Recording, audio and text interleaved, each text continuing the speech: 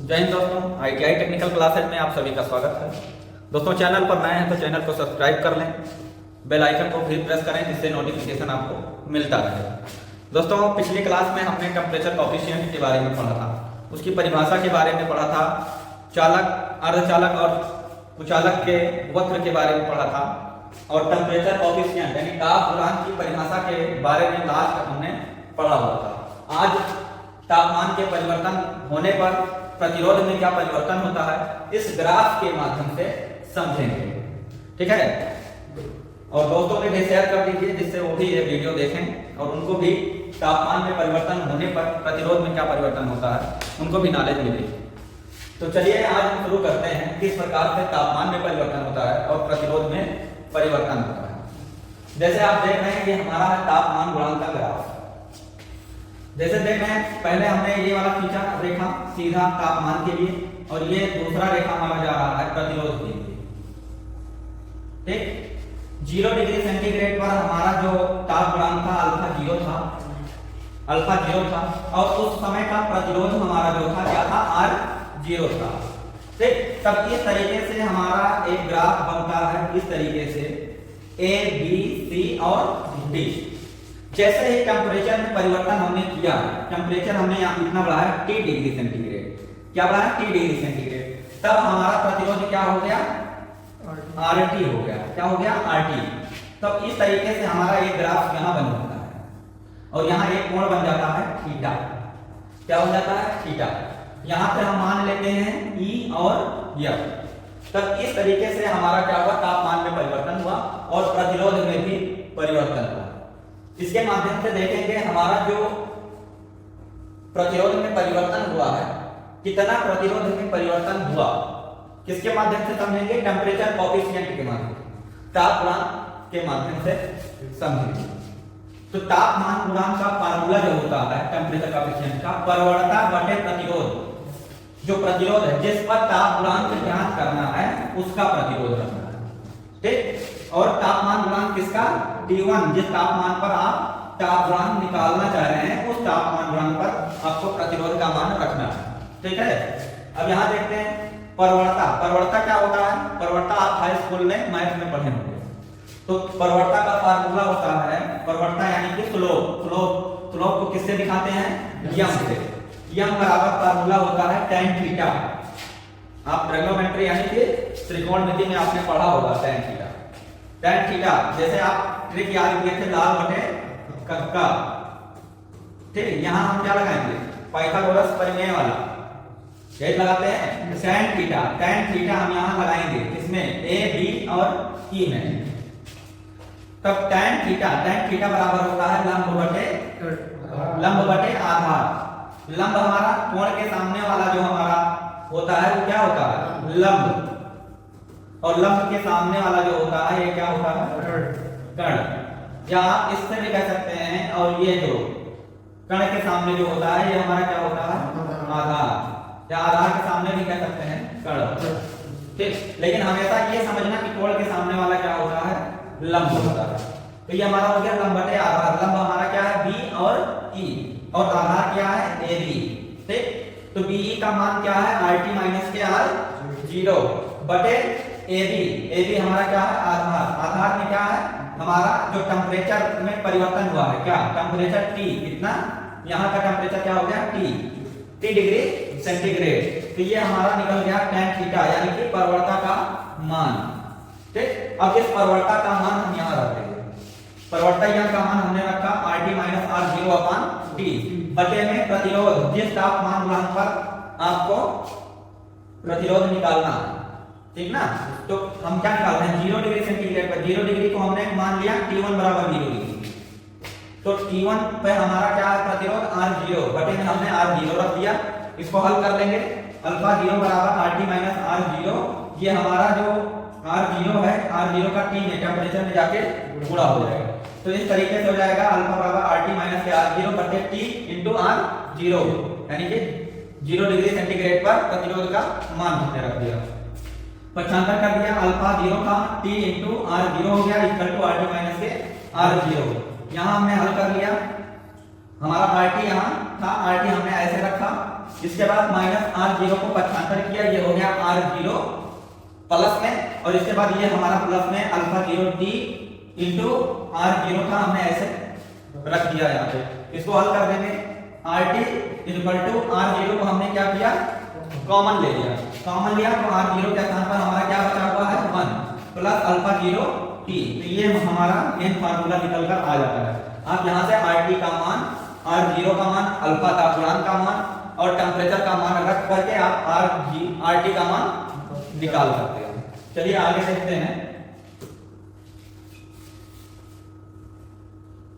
यहां देख रहे हैं दूसरा फार्मूला। अगर आपका दो रेजिस्टेंस पूछा है इसमें, मान लीजिए एक रेजिस्टेंस का मान आपका R1 दिया है, ताप गुणांक का मान दिया है और आपका दो टेम्परेचर दिया हुआ है। जैसे पूछ लिया 20 डिग्री सेंटीग्रेड पर प्रतिरोध इतना है, तो 80 डिग्री टेम्परेचर पर जो है प्रतिरोध R2 का मान क्या होगा। तो इस फार्मूले से जब भी आपका टेम्परेचर दो दिया है तो आप इस फार्मूले से क्या करेंगे, न्यूमेरिकल को सॉल्व करेंगे। अगर मान लीजिए एक टेम्परेचर दिया है, दूसरा पूछा है कहीं प्रतिरोध, तो आप इसके पहले वाले फार्मूले से RT equal to 1 plus alpha 0, RT equal to R0 1 plus alpha 0 t वाले फार्मूले से आप न्यूमेरिकल को सॉल्व करेंगे। दो टेम्परेचर दिया है तो इस फार्मूले से। ऐसे तापमान गुणांक में भी तापमान के साथ बदलता है, तापमान गुणांक भी जो है हमारा तापमान के साथ बदलता है। ऐसा नहीं तापमान गुणांक नहीं बदलेगा, तापमान गुणांक भी हमारा तापमान के साथ बदलता है। कैसे बदलता है ये आप देखिए। कह रहा है कि 0 डिग्री सेंटीग्रेड पर ताप गुणांक अल्फा 0 है, तो T डिग्री सेंटीग्रेड पर ताप गुणांक का मान क्या होगा, ऐसे पूछता है। तब जैसे अब 0 डिग्री में T डिग्री में पूछा है ताप गुणांक क्या होगा, यानी अल्फा 1 बताना है। तब अल्फा 1 के लिए क्या करेंगे, अल्फा 1 इक्वल टू अल्फा 0 अपान में तापमान में क्या करेंगे परिवर्तन 1 प्लस अल्फा 0 में गुणा कराएंगे किसका, तापमान का परिवर्तन T माइनस 0 बराबर क्या हो जाएगा T। तो यहाँ तापमान में किसका गुणा करा देंगे, T का, टेम्परेचर का। ऐसे ही मान लीजिए यहाँ देख लेते हैं, यहाँ क्या है, यदि T1 डिग्री सेंटीग्रेड में तापमान अल्फा 1 है, T1 डिग्री सेंटीग्रेड में तापमान का मान अल्फा 1 है। अब देखेंगे जब हमारा दूसरा टेम्परेचर आया तो ताप गुणांक में कितना परिवर्तन हुआ, ये ज्ञात करना है।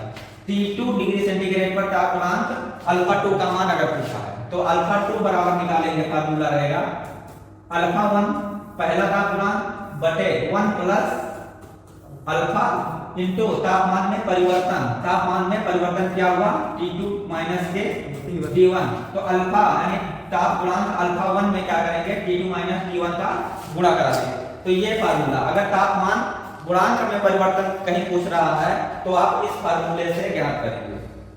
ठीक, तो ये रहा तापमान गुणांक तापमान के साथ बदलता है उसका फार्मूला। ठीक, आगे देखते हैं। ये आपका न्यूमेरिकल सॉल्व कराए हैं, उसी का हम लोग रिवीजन कर रहे हैं। क्या कर रहे हैं, उसी का हम लोग रिवीजन कर रहे हैं। ठीक, कॉन्सेप्ट क्लियर होना चाहिए।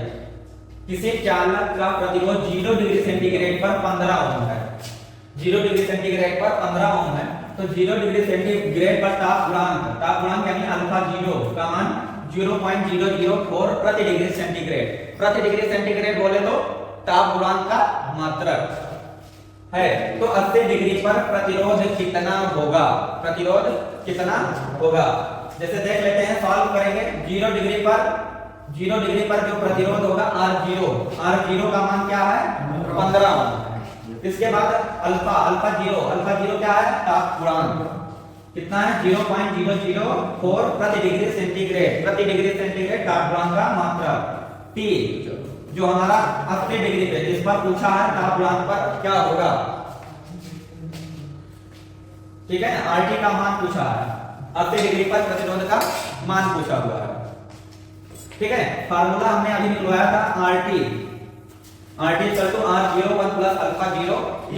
अल्फा क्या है, अल्फा 0 क्या है, हमारा ताप गुणांक है 0 डिग्री सेंटीग्रेड पर। T क्या है, टेम्परेचर है। R0 0 डिग्री सेंटीग्रेड पर प्रतिरोध है। RT हमारा 80 डिग्री पर जो प्रतिरोध निकालना है वही हमारा क्या है RT। अब 15 रख दिए जिसमें R0 का मान 15 है, इसके बाद इंटू 1 प्लस अल्फा 0 का मान 0.0004 गुणे 80 क्या है T हमारा क्या है टेम्परेचर, 80 डिग्री हमने रखा। यहाँ हल कर लिए, इसका 8 चौक 32, एक 0 ये था और 4 अंक के बाद दशमलव लगा दिया। तो इसके बाद क्या किए 15 गुणे इसको हमने जोड़ दिया 1.032 हो गया। इसके बाद इसका हमने 15 का किसमें इसमें 1.03 में हमने गुणा करा दिया। 15 गुना 30, 15 दिया 45, 45 3 48 के 8, हमारा कितना बचा 4, 15 शून्य शून्य 4, 15 1 15 यानी कि 15.480 ओम जिसका मान आ गया। कितना 80 डिग्री पर प्रतिरोध कितना होगा, 80 डिग्री सेंटीग्रेड पर जो प्रतिरोध आया है हमारा 15.48 है। ठीक, ऐसे ही हम दो टेंपरेचर वाला एक क्वेश्चन देखेंगे। ठीक, इसके बाद क्लास को यहीं समाप्त करेंगे। तो देख लीजिए ये हमारा है दो टेंपरेचर वाला क्वेश्चन। पहला दिया 0 डिग्री सेंटीग्रेड पर तापमान गुणांक कितना है 0.0015 प्रति डिग्री सेंटीग्रेड। प्रति डिग्री सेंटीग्रेड याद रखना ताप गुणांक का मात्रक होता है। 35 डिग्री सेंटीग्रेड पर तापमान पर तार का प्रतिरोध 12 ओम है। कितना ओम है 12 ओम है। 55 डिग्री सेंटीग्रेड पर तापमान पर तार का प्रतिरोध ज्ञात करना है। 55 डिग्री पर ही हमें प्रतिरोध ज्ञात करना है। ठीक ना। तो टेंपरेचर T1 हमारा क्या है 35 डिग्री सेंटीग्रेड। T2 का मान हमारा क्या है 55 डिग्री सेंटीग्रेड। ठीक है, T1 पे 35 डिग्री सेंटीग्रेड पर हमारा रेजिस्टेंस कितना था 12 ओम, यानी कि T1 35 डिग्री तो R1 हमारा 12 ओम है। ठीक ना। अब इसके बाद R2 यानी 55 डिग्री सेंटीग्रेड पर T2 55 डिग्री सेंटीग्रेड यानी T2। ठीक है, T2 पर R2 का मान यानी R2 का मान हमें पूछा है 55 डिग्री सेंटीग्रेड। इसके लिए फार्मूला हमने लिखा था R1 upon R2 equal to 1 plus alpha 0 T1 upon 1 plus alpha 0 T2। जहां आपका दो तापमान दिया हो तो ये फार्मूला आप लगाएंगे, तुलनात्मक वाला फार्मूला। ठीक, हमने फार्मूला लगा दिया, इसमें हमने मान रखा 12, R1 का मान 12 रख दिया, R2 हमें ज्ञात करना है 1 फार्मूले में है प्लस अल्फा 0 का मान हमारा है 0.0015 प्रति डिग्री सेंटीग्रेड वो रख दिया। नीचे 1 प्लस 0.0015 बोले T2 का मान हमने रख दिया 55 डिग्री सेंटीग्रेड। इसके बाद यहां सॉल्व कर दिए। इधर 15 का 35 में हमने क्या किया मल्टीप्लाई कर लिया। ठीक, मल्टीप्लाई कर लेंगे तो 525 आ जाएगा और 4 अंक के बाद अपने दशमलव लगा दिया। ठीक, और इसको क्या करेंगे नीचे 15 से 55 में जब हम मल्टीप्लाई कराएंगे तो हमारा आ जाएगा 0.0825। ठीक, आप लोग कर लीजिएगा। इसके बाद 12 था R2, इसके बाद इक्वल टू क्या हमारा 1 पॉइंट इसको हमने ऐड कर लिया 1.0525 बटे में 1.0825। इसके बाद R2 का मान हमें ज्ञात करना था। R2 ऐसे हम क्लियर गुणा करवा लेंगे। ठीक, इधर हमारा गया R2 और इसके बाद ये हमारा आ गया इधर 1.082 का 12 में गुणा हो गया 1.0525 का क्या कर दें डिवाइड कर दिए, भाग कर दिए। तो इसको जब आप काटेंगे तो इस तरीके से जब इसका 12 का 1.0825 में गुणा कराएंगे तो 12.99 आएगा। ठीक, बटे में क्या हो जाएगा हमारा 1.0525। जब इससे आप काट देंगे तो R2 का मान क्या आ जाएगा 12.34 ओम। रेजिस्टेंस का मात्रक क्या होता है ओम होता है। तो आप लोग मात्रक के विशेष ध्यान रखेंगे। ठीक ना, ऑप्शन 4 ऑप्शन आता है तो आपको मिली ओम मेगा ओम भी देखने को मिलेगा। तो आप जो भी आंसर अगर ओम में दिया क्वेश्चन में ओम अगर दिया है तो आंसर में भी ओम ही लगाना है। ठीक है, तो ये रहा तो टेंपरेचर वाला क्वेश्चन। ठीक ना, हम उम्मीद करते हैं आप लोग को अच्छे से समझ में आया। अगर समझ में आया है तो चैनल को सब्सक्राइब करें और अपने दोस्तों में शेयर करें। ऐसी वीडियो आपको हमारे चैनल पर मिलती रहती है जो कि आपके लिए बहुत हेल्पफुल होता है। तो हम भी चाहते हैं कि हमारे चैनल को आप लोग भी सब्सक्राइब करें।